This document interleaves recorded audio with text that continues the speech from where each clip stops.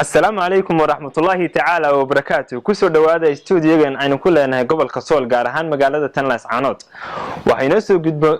soo gudbin doonaa barnaamijkan shibka dheh anigoo ah Cadif waxaana markasta ku soo qaadan doonaa boosiyada iyo komentiyada cajiibka ah dad yahow halista ah halkan nagala socda markasta iyo xilli kasta waxaan leenahay daawasho wacan dhageysi haboon commenti wacan share wanaagsan iyo like meesha aan ka marnay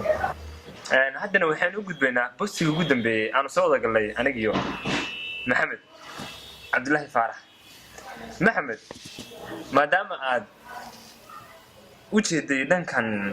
social network gaar ahaan Facebook in aynu soo gelinay sawirkeeni labadeena ee ugu dambeeyay maxaad la yaabto aad kala kulantay commentiyada la yaabto maxaa kamid ah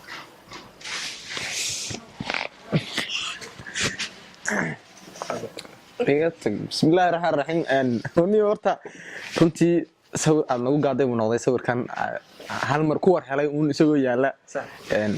meeshan bartan social media ee Facebook aad commentiye ii soo tiijay commentiye aad ii soo tiijay commentiye aad ii soo jiitay oo qosol badan leh ayaa ku arkay waxyaalihii igula yaab badnaa waxa kamid ahaa commentiyo qosol badan oo top ah iyo commentiyo aan fahmi waayay wax alaale waxay yihiin hoon laga taran baan ku aragnay haddii uu gudo gulno commentiyada gabadha Habi ina Ibrahim Muhammad waxay soo qortay kuna kitu Cadif adiga u jawaabay runtii wax alaale iyo waxay ka wadaan ma fahmin loo macnaa halka wallahi halka soo kale ay ku noqotay waxyaabo aan aad la yaabay kadibna waxaan markiiba ka fikiray luqadana maxay noqon kartaa dadna waxay noqotay adu Kenyati dabcan Swahili waliba luqada saad sheegtay waayana Swahili way noqotay markiiba Google Translate baa jiro copy paste baan iyo waan fahnay waxay ka wariya halis batani halis batani wuxuu leeyahay marka waxaad ugu jawaabtay Sawakitu Habi ina Ibrahim Sawakitu marka ayana maxay noqonaysaa wad maranaysaa kulay kama foga aad ma santahay ma qoro teena kulay ma mahsinidu Sawakitu ma hadii ma adna yana noosii qosolka badnaa kamid ah Cabdirashiid Xasan Cadde oo ninka aad isku halka meel kamid ah jirka aad iska shabaxdaan danka timaha saxawina aad wuxuu ku soo qoray timaha iska gaabi halka wuxuu ka soo muujiyay walaacib ku muujiyay inaad timihii aad ka barajeysay timaha iska gaabi ku yiri maxaad ku jawaabaysaa wallahi halkaas waa meeshii aad ku qasr subax bay hayd anigu aroortii saa soo toosan oo waliba timaha subax aanu shanayn oo dareemaysa qofka timaha badan dhibaatada haysta baan arkay si uu leeyahay aad timaha iska gaabi timaha uu eegayay saan ku wari maqaska yidhi iska gaabi isaga wada haystaba ay soo gudbin boo iska jarin buu wali isaga soo dhaaf ana markii adigu iska soo gaabisay ana saas baan ku leeyahay ninka isna aad baad ugu jawaabtay ariga xigadii inta si wadan bal adina ku qosliyay commentiyadii aad ka ugu qosashay topka ahaa bal no soo yarda maadaama goobta hayd goob qostal iyo madadaalo ay ka socotay waxa aad noo soo jiitay dhankan commentiyada marwa shacni hadal ay ku leedahay ama qoraal ay ku soo gudbinayso inaan ka yeeray oo adiga hadda adigu sheegaysaa qishka aad u yaqaan aad iyo aad muuji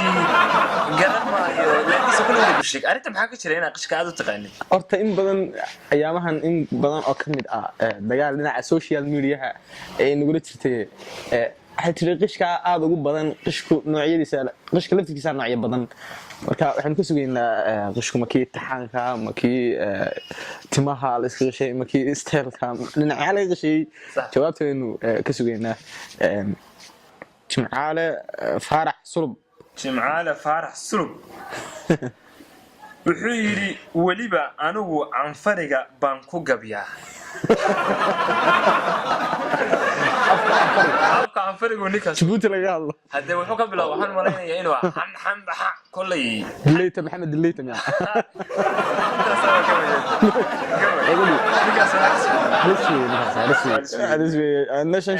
احمد دعو سلطانك wuxuu jiraa ninkani hadda aan garoweeyo aadayo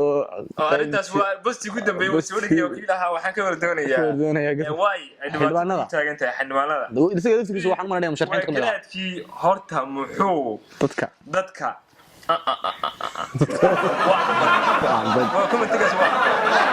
wuxuu leeyahay muxuu horta garaadku dadka hoos u eegaa de garaadku bulshadiisa iyo dadkiisa iyo ummadiisa dawaynu hoos u eegaa soo maahan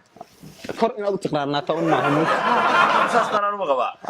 adigaba inaanu garow jirto oo kula soconaa moogta waka garaadkooda hoos buu ku eegay inaad garow jirto inta kula socdaa ya dadka la yaab kale aan dib u eegnay maxaa kale oo kamid ahaa Queenzy Susana Damadalova kuwii hore kelmad baahid wixii la fahmi kar waaye paragraph dhan bay soo qortay oo runtii aan anigu fahmi waayay Manyang wan kuna kituhaba adiga u jawaabay commentiga dada yangu madongo oo ahayd aad badan oo asata meesha waxba kama jiraan oo saa sheegtay oo waxa ku caawiyay isna Google Translator kaasan xaqiisan asant hadana ugu jawaabtay waxay ku tiri karibuda in yar ma fahansanta taaway waa ka tagay commenti isna halgaad aba jiray bal commentigiisa aan akhri wuxuu ku leeyahay Cabdi Fataax Maxamed tiiso kaluu ka eegaya ha saaxib ku hadlin way taasi tiiso kaluu ka eegaya runtii anagu arrimaha ma eegaynaysa ambaareen baan u tooreynaa haris baa tahay baan ku leenahay haddana waxaan ku soo dhaweynaynaa oo inoo soo jeedin doona commentiyadii cajiibka dadka ay aad ula dhaceen misna soo jiitay su'aalkan kan kun gabdhood ayaan arkaa 100 gabdhood ayaan aqaanaa 10 gabdhood ayaan la kaftamaa laakiin hal gabar ayaan jecel hal xabba xitaa ma jeclid buu dadka xooguursan sawirkaas oo dadaya